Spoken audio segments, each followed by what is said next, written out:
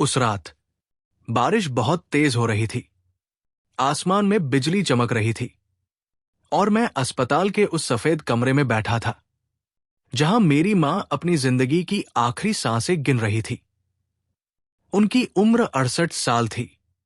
चेहरा कमजोर हो चुका था, सांसें धीमी थी, लेकिन उनकी आंखों में अब भी वही ममता थी जो बचपन से देखता आया था। मैं उनका हाथ पकड़े बैठा था और बार बार खुद से यही कह रहा था कि मेरी मां कभी मुझे छोड़कर नहीं जा सकती। लेकिन शायद कुछ रिश्तों को भी एक दिन विदा लेना पड़ता है। मेरा नाम रोहन है और मेरी मां मेरी पूरी दुनिया थी, क्योंकि सच कहूं तो मेरे पास उनके अलावा कोई था ही नहीं। जब मैं छोटा था, लोग अक्सर मुझसे अजीब सवाल पूछा करते थे। तुम्हारे पापा कहाँ हैं? कभी दिखाई क्यों नहीं देते? क्या वो बाहर रहते हैं? और हर बार मेरी मां बस मुस्कुराकर कह देती थी, तुम्हारे पापा बहुत दूर रहते हैं बेटा। मैं छोटा था तो मान लेता था, लेकिन जैसे जैसे बड़ा हुआ सवाल बढ़ते गए। स्कूल में फादर्स डे आता तो मैं अकेला रह जाता। दोस्त अपने पापा के साथ फोटो खिंचवाते और मैं चुपचाप एक कोने में बैठ जाता। कई बार मैंने मां से पूछा भी, मेरे पापा कौन हैं? लेकिन हर बार उनकी आंखें भर आती और वो बस इतना कहती, एक दिन सब बता दूंगी। लेकिन वो दिन कभी नहीं आया। मां ने मुझे अकेले पाला। दिन में सिलाई करती थी, रात में लोगों के घरों में खाना बनाती थी। कई बार मैंने उन्हें भूखे सोते देखा, लेकिन मुझे कभी भूखा नहीं सोने दिया। मेरी फीस भरने के लिए उन्होंने अपने गहने बेच दिए। मेरी पढ़ाई के लिए उन्होंने अपनी जिंदगी खपा दी। और शायद इसी वजह से मैंने कभी ज्यादा सवाल नहीं किए। मुझे लगता था जो भी सच होगा उसके पीछे कोई बहुत बड़ा दर्द होगा। समय गुजरता गया, मैं बड़ा हो गया, अच्छी नौकरी लग गई। अब मेरी बारी थी उनका सहारा बनने की। लेकिन तभी कैंसर ने हमारी जिंदगी में दस्तक दे दी और कुछ ही महीनों में मेरी मजबूत मां बिस्तर तक सीमित हो गई। उस रात जब अस्पताल में उनकी हालत बहुत खराब थी, उन्होंने मुझे अपने पास बुलाया। उनकी आवाज बहुत कमजोर थी। उन्होंने कांपते हुए हाथ से एक पुराना लिफाफा मुझे दिया और बोली, मेरे जाने के बाद खोलना। मैं रो पड़ा, लेकिन उन्होंने मुस्कुराने की कोशिश की और कहा, आज वो सच जानने का वक्त आ गया है जो मैंने पूरी जिंदगी छुपाया। अगली सुबह मेरी मां चली गई और उसी के साथ मेरी दुनिया भी। अंतिम संस्कार के बाद मैं अकेला अपने कमरे में बैठा था। सामने वही पुराना लिफाफा रखा था। हाथ कांप रहे थे, दिल बहुत तेज धड़क रहा था। मैंने धीरे से उसे खोला। अंदर एक पुरानी फोटो थी और एक चिट्ठी। मैंने पढ़ना शुरू किया।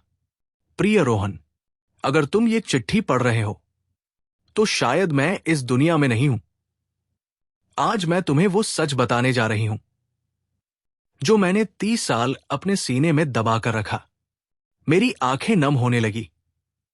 मैं आगे पढ़ता गया। रोहन, तुम मेरे बेटे हो, लेकिन तुम मेरी कोख से पैदा नहीं हुए थे।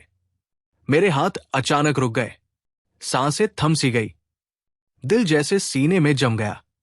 मैंने कांपते हुए आगे पढ़ा।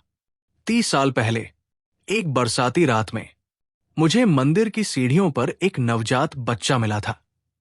ठंड से कांपता हुआ, रोता हुआ, और उसके पास सिर्फ एक चिट्ठी थी जिसमें लिखा था, कृपया इस बच्चे को बचा लीजिए।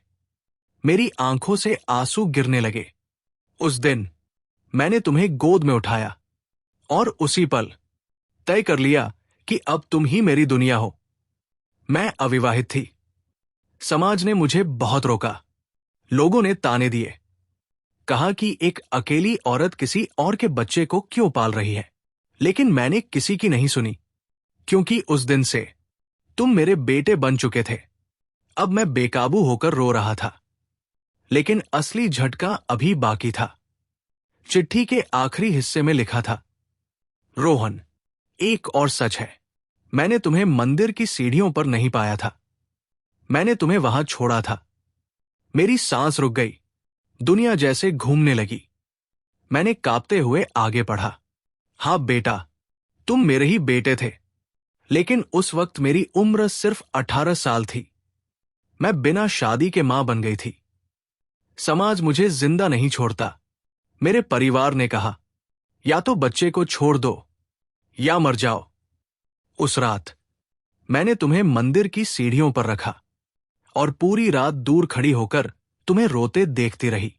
जब कोई नहीं आया तो सुबह वापस लौटकर तुम्हें गोद में उठा लिया और उसी दिन फैसला कर लिया कि चाहे पूरी दुनिया खिलाफ हो जाए, मैं तुम्हें कभी नहीं छोड़ूंगी।